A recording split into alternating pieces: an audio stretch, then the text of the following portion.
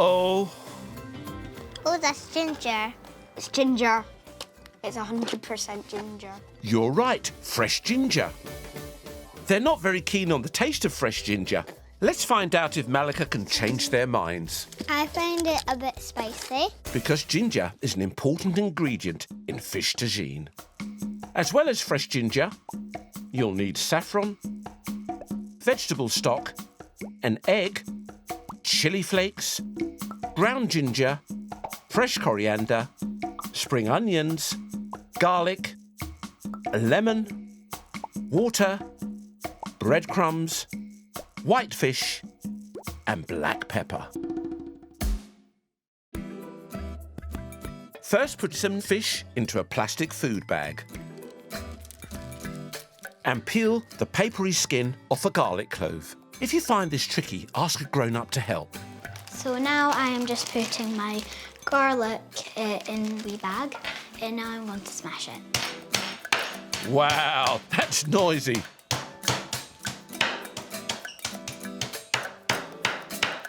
Now I'll put it into the bowl. And do the same with the rest of the fish. It's nice to do. That's still very noisy. Now, give it a good shake. Now I'm going to check if there's any bones. Dad, can you help me? Yes, of course. That's right, make sure you ask a grown-up to help you check for bones. Well done. It's important that you wash your hands after touching raw fish. And I'll take my breadcrumbs now and put it into my bowl. Great, give it a mix and crack an egg. Make sure there's no shell and put it onto a plate. Trap the yolk in an egg cup. Pour the egg white into the bowl. Wipe your hands and let's give it a mix. Mix it, mix it, mix it. Now I am going to snip my coriander. Be careful. The food in Morocco is really tasty. You should try if you haven't been. Add the coriander to the fish mixture. Some chili flakes. Now it's time for our special ingredient, What's that then, Malika? ginger. Ginger is a plant. The root of the ginger plant is the part we eat and has a spicy taste. Ginger grows in countries all around the world, including Morocco. In Morocco, ginger is believed to make people happy.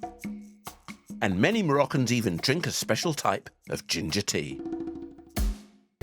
What's that? I think it's lettuce. It's not lettuce. Oh, they're all having a good munch, but is it tasty? It doesn't really taste like anything. It's nice and crunchy. Feels a bit dry and crunchy.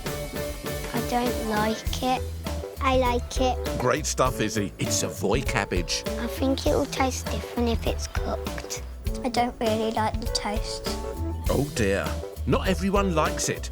Can Naomi change their minds? Because Savoy cabbage is an important ingredient in her Mafi fish. You'll also need tomato puree, smooth peanut butter, a yellow pepper, mackerel fillets, dried chili flakes, dried mixed herbs, sweet potato, garlic, long shallots, and warm water. So what I'm going to do is I'm going to put 4 spoons of peanut butter inside this pot of water. And give it a stir. And make sure no one eating this is allergic to peanuts. Then squeeze tomato puree onto a spoon and add it to the casserole dish. The next thing we're going to do now is the yellow pepper. You've got to press down your thumbs really, really hard and then rip. Okay? So these seeds, we don't want to put them in the muffin. Then you've got to break them into little parts like this. That's it. Just tear the pepper up and put the pieces in the pot. Dried chili flakes next, but make sure you don't get any in your eyes. Time for the dried mixed herbs, And Naomi's adding chopped peeled sweet potato that her mum did for her earlier. Mix it, mix it, mix it. And now it's time for my very special ingredient. And you know what that is, don't you? Yes, that's right. It's Savoy cabbage. Savoy cabbage is a green vegetable with crinkly leaves that grows from a cabbage plant. As the cabbage plant grows, lots and lots of leaves grow tightly in the middle, and this is called the cabbage head. When the cabbage head is big enough, it's picked, washed, and ready to eat. Cooked or raw, it's used as an ingredient in many different recipes. Cabbage has been grown for hundreds of years. In ancient China, some people thought that eating cabbage would help men with no hair grow it back again. Ha ha! What's that? I think this is a banana. I think it's a banana. Banana. You're all right. It's unripened green banana. It doesn't taste like normal banana. It's not very sweet. It's unripe. You should only taste a small amount for this special taste test. I don't like it as much as ordinary bananas. Uh-oh. Everyone's not too sure about the taste of unripened banana. Let's see if Talib can change their minds, because it's one of the main ingredients in his banana curry. You'll also need garlic cloves, black pepper, cumin seeds, a green pepper, fresh coriander, long shallots, water, baby tomatoes, black mustard seeds, medium curry powder, ground turmeric, coconut cream, ginger paste, and lemon. First, I'm going to take the shallots and cut the hairy bits off. The shallot looks like a squashed onion. Carefully does it, Talib. Then peel off the skin. My mum told me how to cook this meal and I really love it. What's next? Peel the garlic. If you find this tricky, ask a grown-up to help you. Now pop them into a plastic food bag.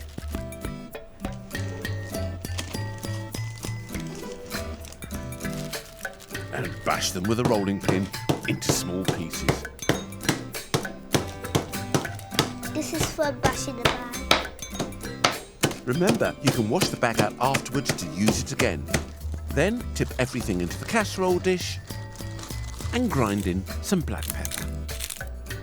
Now I'm going to get the green peppers and pull the stalk off. Just push and pull apart the pepper and take out the seeds. When I'm opening the peppers, it sounds a little crunchy. Tear it up into small pieces. Ooh, that's it. I'm going to put all the green peppers into the bowl. I'm going to get the tomatoes and cut them with the scissors. Careful there, Talib. I really love tomatoes. And add them to the dish with black mustard seeds. I'm going to have one pinch of cumin seed. And some medium curry powder, ground turmeric, and ginger paste. What's that? I know it's a vegetable. It's green and it's got seeds in it. I think pepper? It's not pepper. What does it taste like? It's really hard. It tastes sour. Uh-oh. I might like it in the food, but Good. it's not very nice by itself. Ugh, that tastes disgusting. Oh dear, no one seems to enjoy the taste of raw okra. Can Akai change their minds when they taste it in his recipe?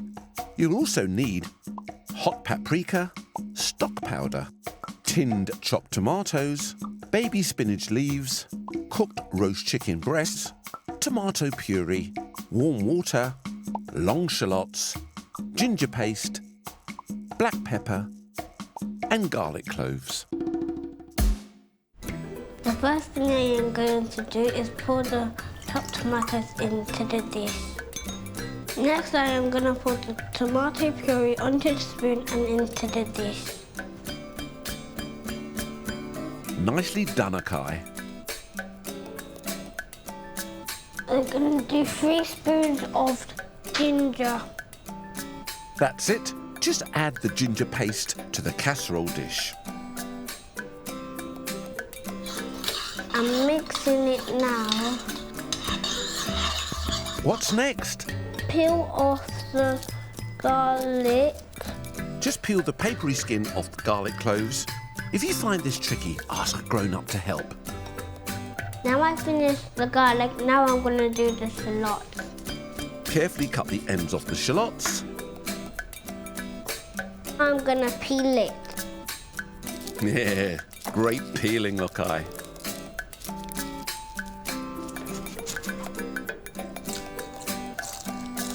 Then pop the shallots and garlic into a plastic food bag and bash them into small pieces with a rolling pin.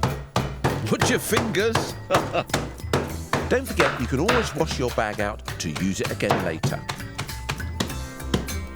Then tip them into the dish and here we go. Mix it, mix it, mix it. I am going to put the spinach onto the sauce. Make a layer of spinach leaves on top of everything else. That's right, just like that. It's time for my special ingredient. And you know what that is, don't you? Okra. Okra is a green leafy plant with pointy pods. These pods and the seeds inside are the things that we eat. Okra plants like to grow in hot countries around the world, including India, Egypt, Nigeria and Ghana. Hello, my name's Sienna. Welcome to my house. Come in. Hello, Sienna. This is my dad and this is my sister. Hello. Hi, guys. And this is my kitchen. Today I'm going to be making jollof rice because I love to eat it. Sienna's dad has taught her a special way of making jollof rice that she can do all on her own. Sienna's dad is originally from Nigeria. Nigeria is a country in Africa. There are more people living in Nigeria than in any other African country. In some Nigerian families, children learn to cook from a very young age and help to cook and serve the food to their families. Rice is a very important ingredient in Nigerian cooking, and many families eat it at least once a day. Jollof rice is a very popular recipe in Nigeria, and each family has their own special way of making it, adding in different vegetables and meats that they like. Sienna has washed her hands, put on her apron, and she's ready to cook. I'm making jollof rice for my friends. She's invited Max, Ava, and Sophia to taste one of the ingredients before they come round for a very special meal later. What's that? It's a herb. I think it's a type of herb. You're right, it's a herb. Fresh thyme. That's disgusting! Oh dear. It tastes minty. No one's at all sure about the taste of fresh thyme. I don't really like it. Let's find out if Sienna can change their minds, because thyme is a very special ingredient in her jollof rice. As well as fresh thyme, you'll need salt, olive oil, basmati rice, tinned plum tomatoes, frozen peas, bay leaves, a sweet red pointed pepper, spring onions, medium curry powder, ground nutmeg, smoked paprika, black pepper, garlic cloves, stock powder, tomato puree, and water. First of all, I'm going to put the rice into the water so it's easier to cook. That's right, leave it to soak. Next, I'm going to drain out the tomatoes. No, they look very squishy. You'll need to save that juice for later. We put the tomatoes into the bowl. And then chop them up into really small pieces. Yeah, be careful with those scissors. I add the frozen peas into the pot. And now for the sweet pointed pepper. So you twist it. It's got a nice popping sound when you twist it. And then take all the seeds out. Then carefully cut it up. I hope my friends are gonna like this jollof rice. Algeria is the largest country in North Africa. Part of Algeria is covered by the Sahara Desert, which is the biggest dry desert in the world. Ever since ancient times, people from all over the world have visited Algeria and have brought with them ingredients and spices that are still used in cooking today. One of the most popular foods in Algeria is borak. Borak are pastries filled with lots of different meats, vegetables and spices. Naima has washed her hands, put on her apron, and she's ready to cook. I'm going to be making Algerian borak for my friends. And she's invited Mina, Ibrahim and Lara to taste one of the ingredients before they come round for a very special Algerian meal later. So this looks interesting. What's that? It looks like a stick. It's just like really hard, like cardboard. It smells like cinnamon. You're right, it is cinnamon. Now, you should only taste a small amount for this special taste test. But do you all like cinnamon? Let's hope so, because it's an important ingredient in Naima's Algerian borak. It kind of tastes like sugar. So I kind of like it and I kind of don't like it. If this was in a meal, I don't think I would eat it. Well, they don't seem to like cinnamon. Do you think Naima can change their minds? I don't really like it. Let's find out.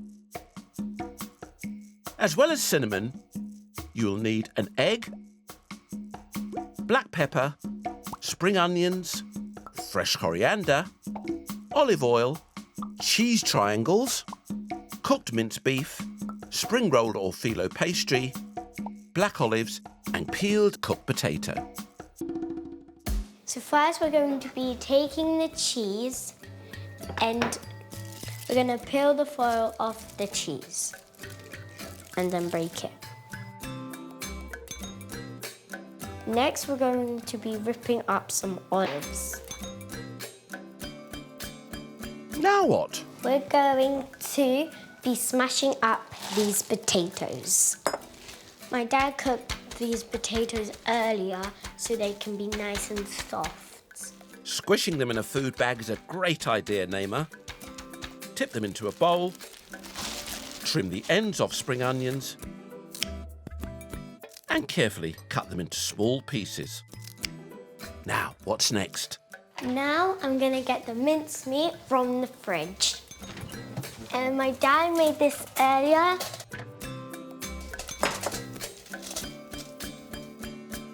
Add the spring onions to the minced beef. And mix it up. Add the black pepper. Now it's time for this special ingredient.